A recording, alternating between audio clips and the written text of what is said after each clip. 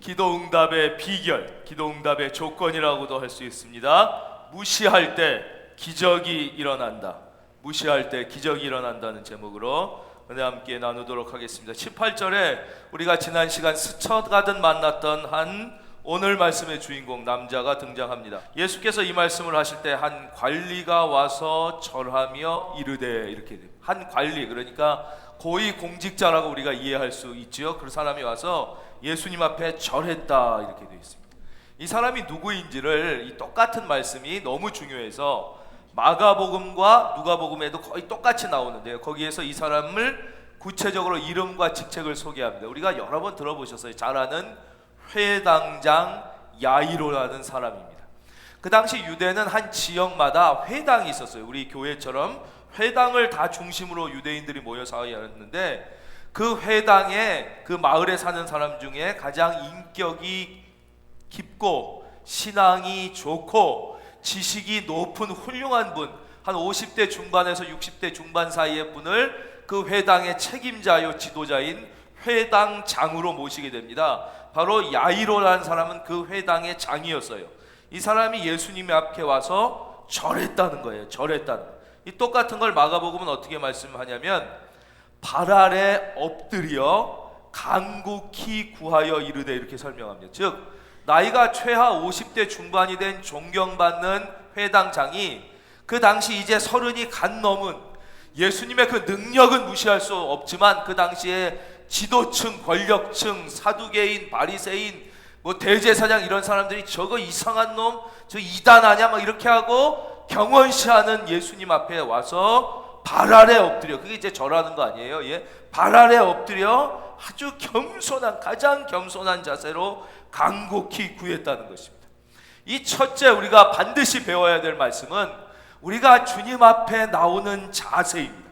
우리가 하나님의 말씀 앞에 나오는 자세, 우리가 예배 앞에 나오는 자세예요. 그것은 바로 이 회당장 야이로와 같이 가장 겸손하고 낮아진 자세로, 이것이 핵심이에요. 핵심. 왜냐? 겸손하고 낮아진 자세로 나올 때 비로소 우리 안에 하나님이 주시고자 하는 은혜가 활성화되기 때문에 그래요. 활성화. 혹시 광고 중에 활성 비타민이라고 들어보셨어요? 전 그게 뭔지 모르지만 말하자면 이런 거 아니에요. 우리 속에 아무리 영양가 있는 게 들어와도 활성화가 안 되고 내 몸에 효과가 안 나타나고 다 똥오줌으로만 나가면 아무 소용이 없다는 거 아니에요. 그 비타민이 우리 속에 활성화가 돼야지 우리 몸에 도움이 되듯이, 하나님은 하나님의 사랑하는 자녀를 차별하지 아니하시고, 우리를 질타하지 아니하시고 모두 우리를 위한 놀라운 은혜와 축복을 준비하고 계시다고 성경은 말씀하시는데, 이 은혜와 축복이 언제 내 안에서 활성화가 되느냐? 우리가 주님 앞에 가장 겸손한 자세로, 다 함께 믿음으로 고백하겠습니다. 겸손한 마음, 더 크게요, 낮아진 자세. 이때 바로 우리 안에 주님이 주시고자 하는 그 축복과 은혜가 비로소 활성화가 돼서 우리 안에 나타나게 된다는 것입니다. 축복하겠습니다. 여러분 안에 하나님이 계획하신 은혜와 축복이 활성화 되시기를 주의 이름으로 축원합니다. 그렇게 나온 거예요. 겸손하게 나와서 간곡히 일렀는데 그 말이 뭐냐? 내 딸이 방금 죽었사오나 오셔서 그 몸에 손을 얹어주셔서 그러면 살아나겠나이다. 그래. 지금 딸이 사실은 아직 죽은 게 아니에요. 마가복음과 누가복음엔 곧 죽게 됐다고 말씀해요. 곧 죽게 됐다. 근데 이제 영어를 우리가 공부하다 보면은 이 헬라어도 비슷한 어족인데, 영어에서 보면 아주 가까운 미래를 현재 진행형으로 표현합니다. 이건 모르셔도 되는데 우리가 공부했던 거 기억해보시면 그렇죠. 가까운 미래를 현재 진행형으로 표현하는 문법을 우리가 중학교, 고등학교 때 배웠어요. 마찬가지로 헬라어도 그런 표현이 있습니다. 그래서 지금 방금 죽은 게 아니라 정확하게는 이 마가복음과 누가복음에 곧 죽게 되니까, 곧 가까운 미래를 현재 진행형으로 표현해서 이렇게 곧 죽게 됐다 이거예요. 지금 애가 막 죽기 직전이라는 것이죠. 진짜 부모의 심정이 아예 죽었다면 포기라도 할 수 있는데요, 애가 이 죽기 직전이면 진짜 미치는 거예요. 진짜 이 애를 살리기 위하여 모든 일을 다 하게 되는 거예요. 그 동기로 두 번째, 이 회당장이 주님 앞에 나오게 된 동기는 자기 가정의 문제, 딸의 문제라는 거예요. 사실 그렇게 멋있는 동기로 나온 게 아니에요. 뭐 우리도 무슨 성경을 읽고 정말 예수님만이 참 구주다 뭐 이래서 교회 나오는 분이 거의 많지 않아요.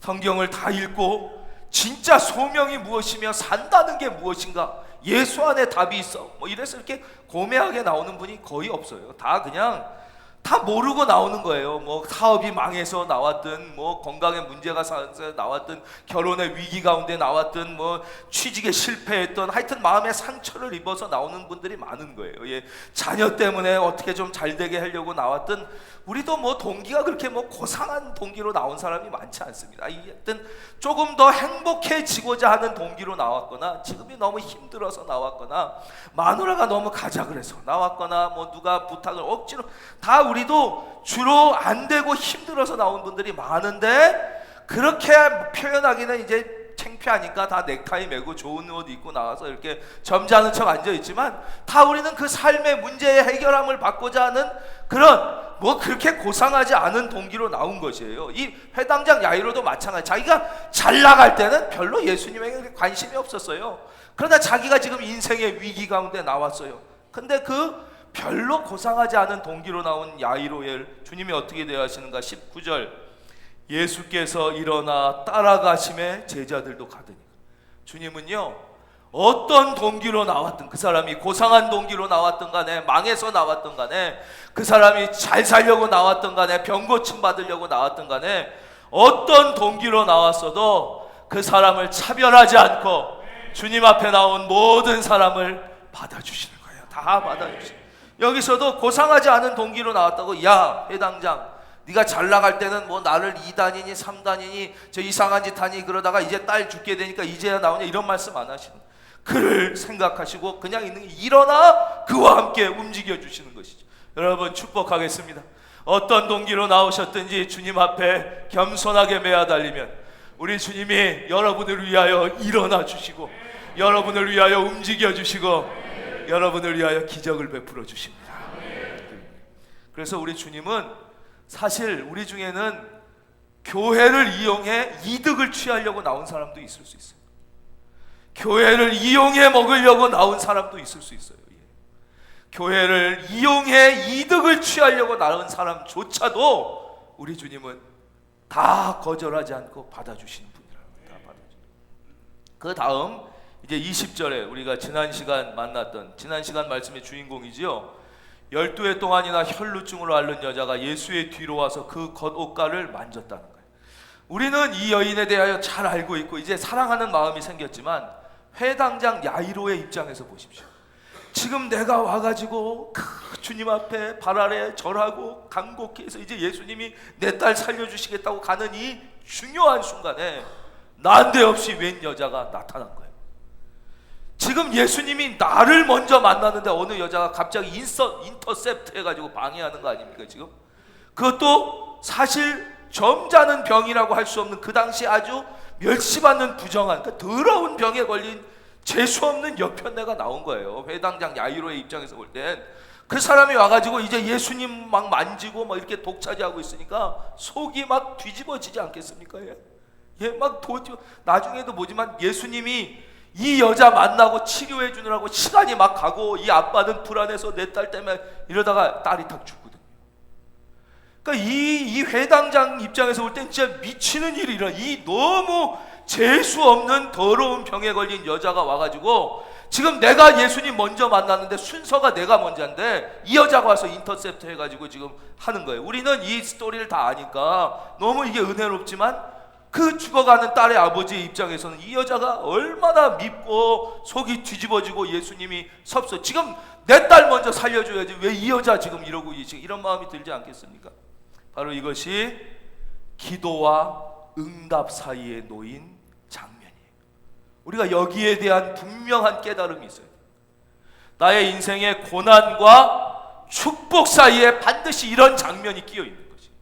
이 장면에 대한 우리가 신앙적 분명한 깨달음이 있어야 여러분이 기도할 다음에 응답이 오기 전에 무너지는 실수를 범하지 않고, 그 고난 가운데 그 고난이 축복으로 변환되는 그 실질적 경험을 하게 되는데, 이 중간의 장면을 우리가 이해를 못하고 바로 이어진다고 생각. 반드시 이 장면이 있는 거예요. 박재상이라는 가수가 있습니다. 이 가수가 우리가 알기로는 싸이라는 이름으로 아는 가수예요. 이 가수가 뭐 히트곡을 몇 곡 내고 이랬던 가수인데, 그렇지만 뭐 그렇게 전 세대에 걸쳐서 인정을 받고 알려진 가수는 아니었고, 젊은 한 계층을 위하여 아주 독특한 노래를 발표했던 가수입니다. 뭐 나 한순간의 세대스 뭐 이런 노래를 해가지고 아주 독특한 네 맘대로 하는 게 챔피언 뭐 이런 노래를 했던 친구예요. 근데 이 친구가 군대를 갔는데 좀 그 군 생활을 잘못했나 봐요.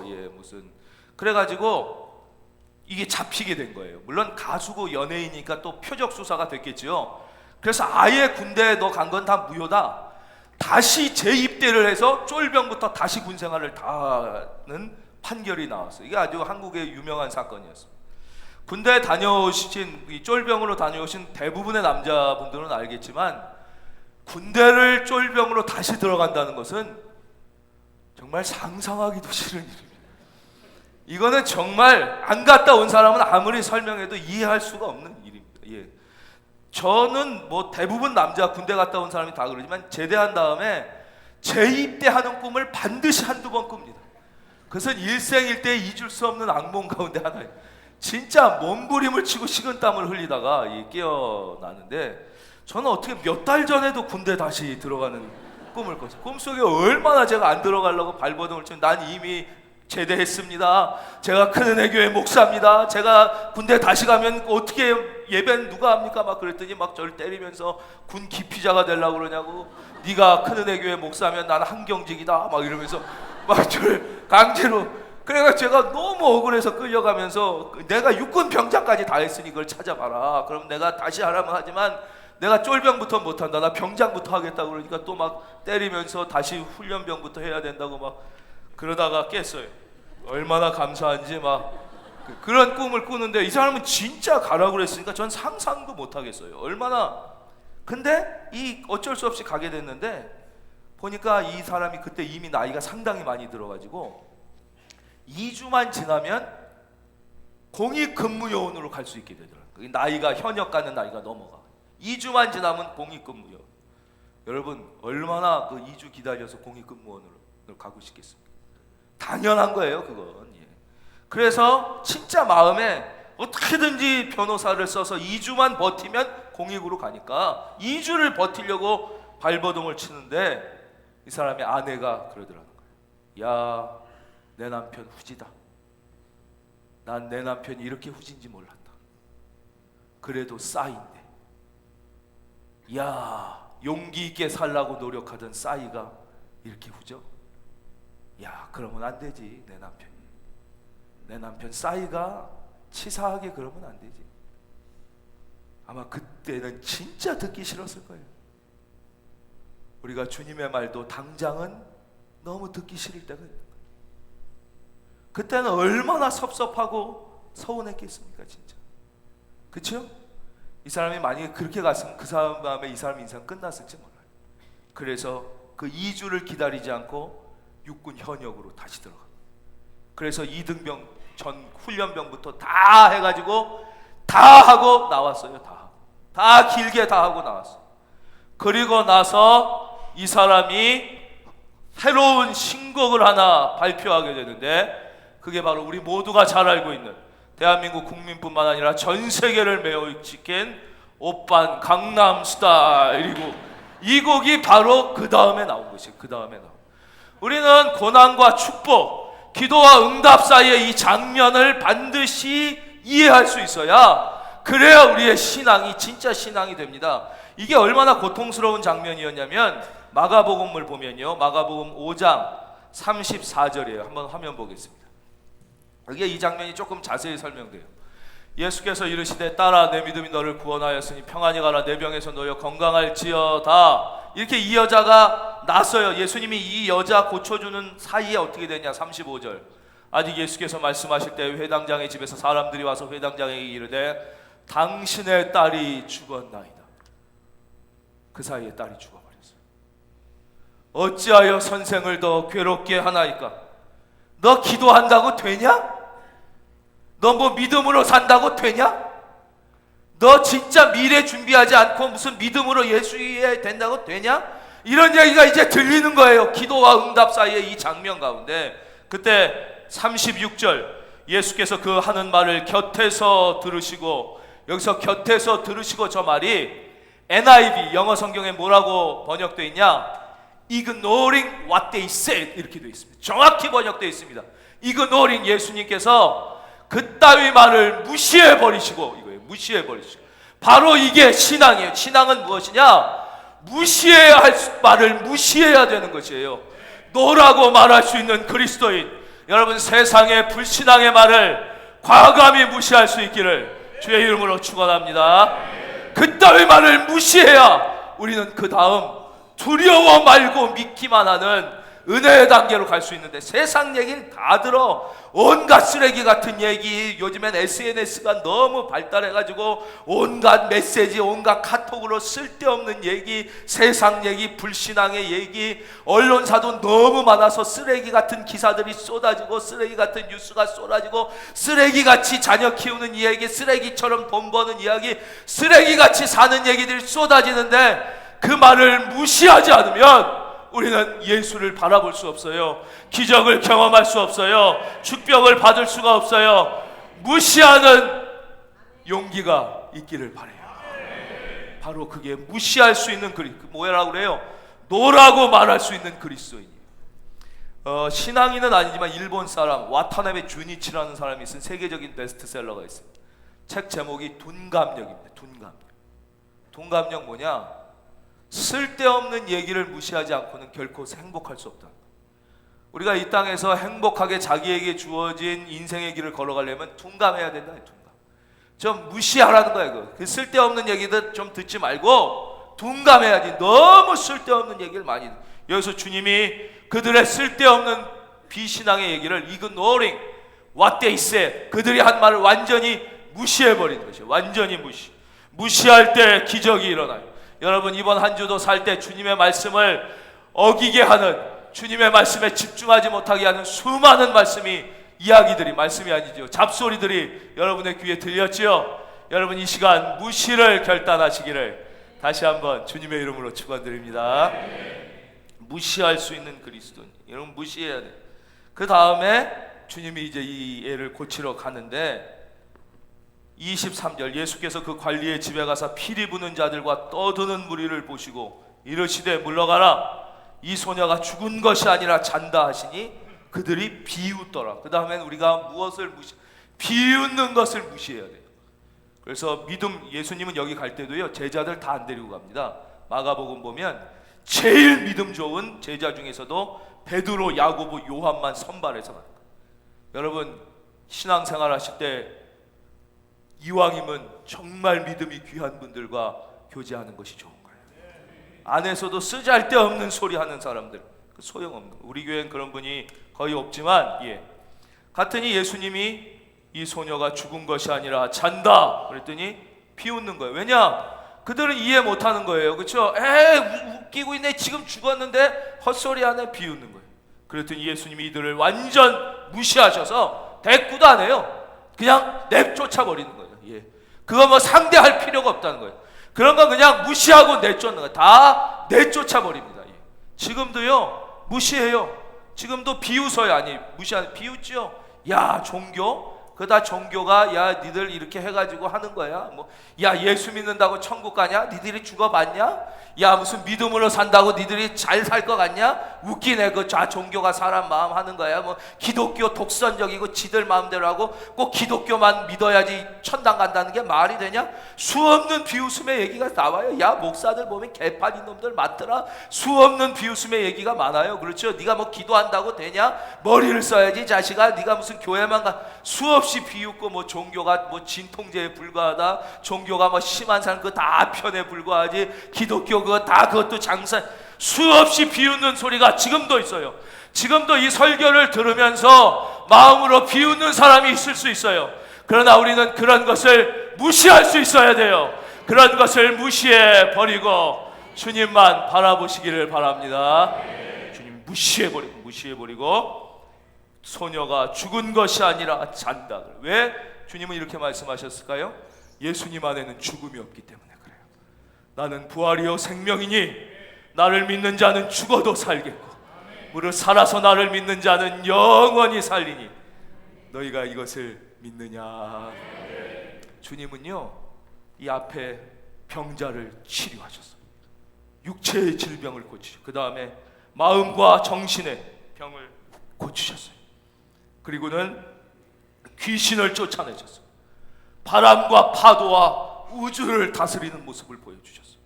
그리고 마침내 오늘 죽음을 정복하시는 주님. 우리 주님 안에는 죽음이 없어요. 우리 주님은 죽음을 이기시고 우리에게 영원한 생명을 주신 유일한 분이에요.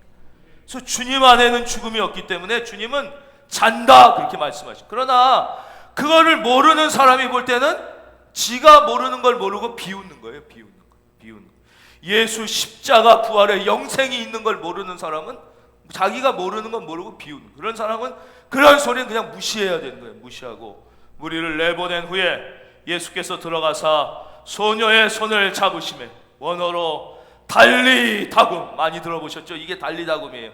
소녀여 일어나라 달리다굼. 우리 한번 같이 하겠습니다. 내 영혼아 일어나라. 내 영혼아. 주님이 우리의 손을 잡아 여러분의 영혼을 인생을 일으켜 주시기를 바랍니다. 바로 주님 앞에 믿음을 세상의 쓸데없는 잡소리들 불신앙의 소리 비신앙의 소리를 무시할 때 기적이 일어나. 우리가 주님의 말씀에 집중할 때 죽은 자도 살아나는데요. 예. 죽은 소녀도 일어나는데 우리의 어떠한 인생의 어려움도 다 해결되고 내 무너진 마음도 회복될 줄로 믿습니다. 그 소문이 그 온 땅에 퍼지더라. 이것이 기독교입니다. 죽음도 이기는 능력, 죽은 자도 살려내는 능력. 이것이 우리가 믿는 예수님이고 바로 그 예수님과 함께 손잡고 날마다 기뻐하며 걸어가는 것. 이것을 우리는 신앙생활, 내가 이것을 믿음의 삶이라고 이야기하는 것입니다. 이번 한 주도 주님의 오른손 꼭 붙잡고 죽음도 정복하신 주님, 나를 위하여 무엇이든지 다 해주시고자 준비하시는 그 주님과 함께 축복이 활성화되는 행복한 한 주 되시기를 주님의 이름으로 축원드립니다. 기도드리겠습니다.